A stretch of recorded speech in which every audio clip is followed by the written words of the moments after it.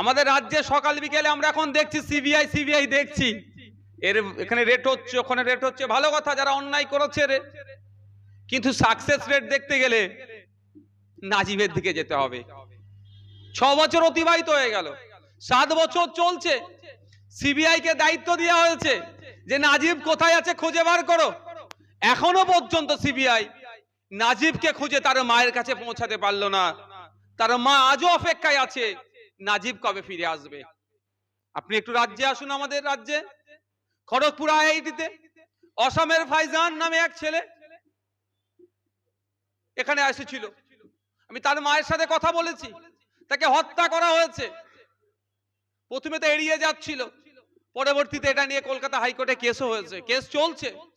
আমি তার পরিবারের সাথে কথা বলে জানতে পারলাম আমাদের রাজ্য সরকার তার পরিবারকে সেই অর্থে সহযোগিতা করছে না।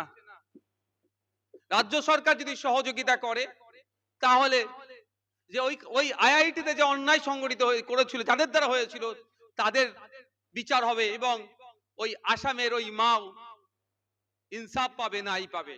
কিন্তু দুঃখের বিষয় সেখানেও রাজ্য সরকারের ব্যর্থতা আমরা দেখতে পাচ্ছি।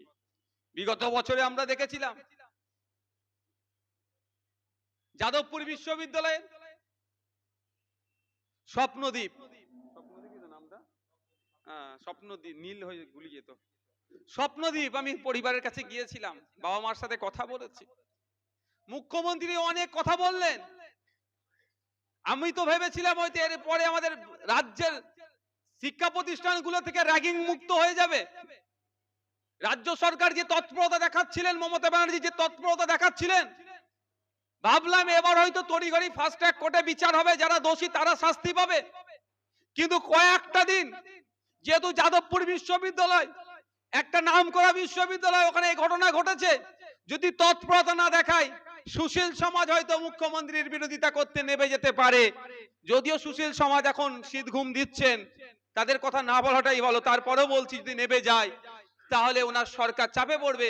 তড়িঘড়ি যে সমস্ত নির্দেশনা দিলেন, কিন্তু কি দেখলাম এতদিন অতিবাহিত হয়ে যাবার পরেও ওই সেই কেসের প্রোগ্রেস কোথায়, কোন জায়গায় আছে, একটু জানলে দেখা যাবে সেই আস্তে আস্তে ঠান্ডা ঘরে চলে যাচ্ছে।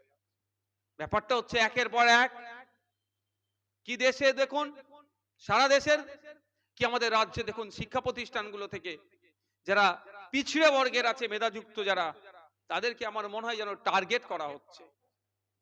উত্তম মার্ডির কথা আপনারা শুনেছিলেন, মালদায় একজন আদিবাসী সমাজের আমার ভাই, সে যাদবপুরে চান্স পেয়েছিল।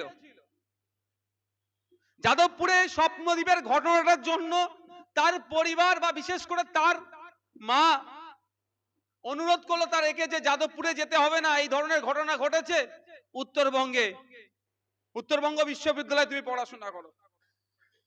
মেধাযুক্ত ছেলে, মাস্টার্স এখানে করার জন্য গিয়েছিল, তার সাথে যে অন্যায় হয়েছে, তাকে র্যাগিং এর যে শিকার হতে হয়েছে, সে বাড়িতে এসে সুসাইড করেছে। কিন্তু দুঃখের বিষয় তার কেসের প্রোগ্রেস কোথায়, সেও যেন ঠান্ডা ঘরে চলে যাচ্ছে, একের পর এক চলে যাচ্ছে, কোনো কথা নাই। মালদার এক ছেলে রাজারহাটে এসেছিল, নিউ টাউনে নিটের কোচিং নিতে, দুষ্কৃতীদের দ্বারা সে অপহত হচ্ছিল প্রথমে। কিন্তু দুঃখের বিষয় তাকে যখন খুঁজে পাওয়া যাচ্ছিল না, তার পরিবারের লোকজন প্রশাসনের সাথে যোগাযোগ করলো, প্রশাসন এক প্রকার এড়িয়ে যাচ্ছিল।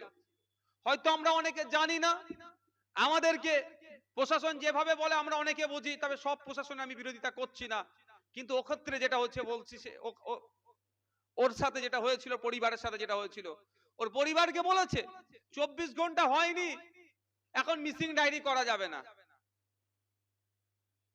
কিন্তু আমিও জানতে চাই মিডিয়ার মাধ্যমে প্রশাসনের বন্ধুদের কাছে যে 24 ঘন্টার আগে মিসিং ডায়েরি করা যায় না, এই ধরনের কোনো প্রভিশন থাকলে অন্তত আমাকে বলবেন, আমি গিয়ে ওই মালদার ওই তার বাড়িতে গিয়ে তার পরিবারকে অন্তত বলে আসবো। সম্পূর্ণভাবে এড়িয়ে যাওয়া, পুলিশ যে যা হচ্ছে হোক, পরে কিছু হলে সেটা দেখে নেবো, এরকম একটা মনোভাব থাকার ফলে কি হলো, ওই ছেলেটাকেও হত্যা করা হলো। জালামুল হোতা তাদের মধ্যে কতজন অ্যারেস্ট হয়েছে খোঁজ নিলে দেখা যাবে, বা দেখুন আপনারা, সেটাও ঠান্ডা করে পাঠিয়ে দিচ্ছে। একের পর এক ছেলে, মেধাযুক্ত ছেলেগুলোকে সুকৌশলে তাদেরকে হত্যা করা হচ্ছে। আর আমরা এই বছরে একটা দিন আসবে, শহীদ দিবস পালন করছি। অবশ্যই আমরা এর প্রতিবাদ করব, বিরোধিতা করব, কিন্তু আমাদেরকেও সোচ্চার হতে হবে। শুধুমাত্র বছরে একটা দিন নয়, র্যাগিং মুক্ত ক্যাম্পাস গড়ে তোলার আওয়াজ আমাদেরকে তুলতে হবে। আইন আছে, বাস্তবায়ন হচ্ছে না। হোস্টেল আছে, যাদবপুরের কথা বলছি, যে ওয়ার্ডেন থাকার কথা, ম্যানেজমেন্টে যাদের থাকার কথা, সেই পোস্ট খালি হয়ে পড়ে আছে। কি হচ্ছে ওখানে? সিনিয়র দাদাদের হাতে ওইগুলো দায়িত্ব যাচ্ছে, বা যখন সিনিয়র দাদাদের হাতে পড়ছে, সিনিয়র দাদারা জুনিয়রদের সাথে অনেক ক্ষেত্রে এমন আচরণ করছে, এই স্বপ্নদ্বীপের মতো ঘটনা ঘটে যাচ্ছে। তাই আজকে এই দিনে যারা আনিসকে হত্যা করেছে, আনিস খানের আমরা শহীদ দিবস পালন করছি, সাথে এটা আমাদেরকে শপথ নিতে হবে যে আমরা নতুন করে আর আনিস বা স্বপ্নদ্বীপের মতো কারো পরিবার না আর বঞ্চিত হয়, এবং যত দ্রুত সম্ভব এদের পরিবারগুলোর ন্যায় ইনসাফ পায়, তার লড়াই আমাদেরকে থাকতে হবে। মাত্র কয়েকটা বছরের ঘটনা, কয়েকটা বছরে এত কটা ঘটনা ঘটে গেল, কিন্তু রাজ্য সরকার দেখুন, যখন ঘটনা ঘটে তড়িঘড়ি যে কথাগুলো বলে, খুব মিষ্টি মিষ্টি লাগে, আমরা বিশ্বাস করে ফেলি। কিন্তু বাস্তবে দেখুন, কামদুনি থেকে শুরু করে আনিস পর্যন্ত, কামদুনিতে ছুটে গিয়েছিলেন মাননীয়া, সেখানে গিয়ে কি বলেছিল? ফাস্ট ট্র্যাক কোর্টের মাধ্যমে 1 মাসের মধ্যে সব হয়ে যাবে। 1 মাস তো দূরের কথা, 10 বছর পরে দেখলাম কি বেশ কিছু জন বেকসুর খালাস হয়েছে। শুধুমাত্র পশ্চিমবাংলা নয়, সারা ভারতবর্ষে নিরিখে যদি আমরা দেখি, তাহলে দেখলে দেখা যাবে যারা পিছড়ে বর্গের আছেন এবং যারা মেধাযুক্ত, যারা পটেনশিয়াল, তাদের উপরে কিভাবে শাসক দ্বারা অত্যাচার সংগঠিত হয়েছে। হায়দ্রাবাদে যাবেন ইফলুতে, রোহিত ভেমুলার কথা, তাকে এমন ভাবে অন্যায় সংগঠিত হয়েছিল, সে সুসাইড করতে বাধ্য হয়েছিল। কিন্তু এত বছর অতিবাহিত হয়ে যাওয়ার পর রোহিত ভেমুলার সাথে যারা অন্যায় করেছিল, সুসাইড করতে বাধ্য যারা করালো রোহিত ভেমুলাকে, তারা এখনো দোষী সাব্যস্ত হলো না, বা রোহিত ভেমুলার পরিবারও এখনো নাই ইনসাফ পেল না।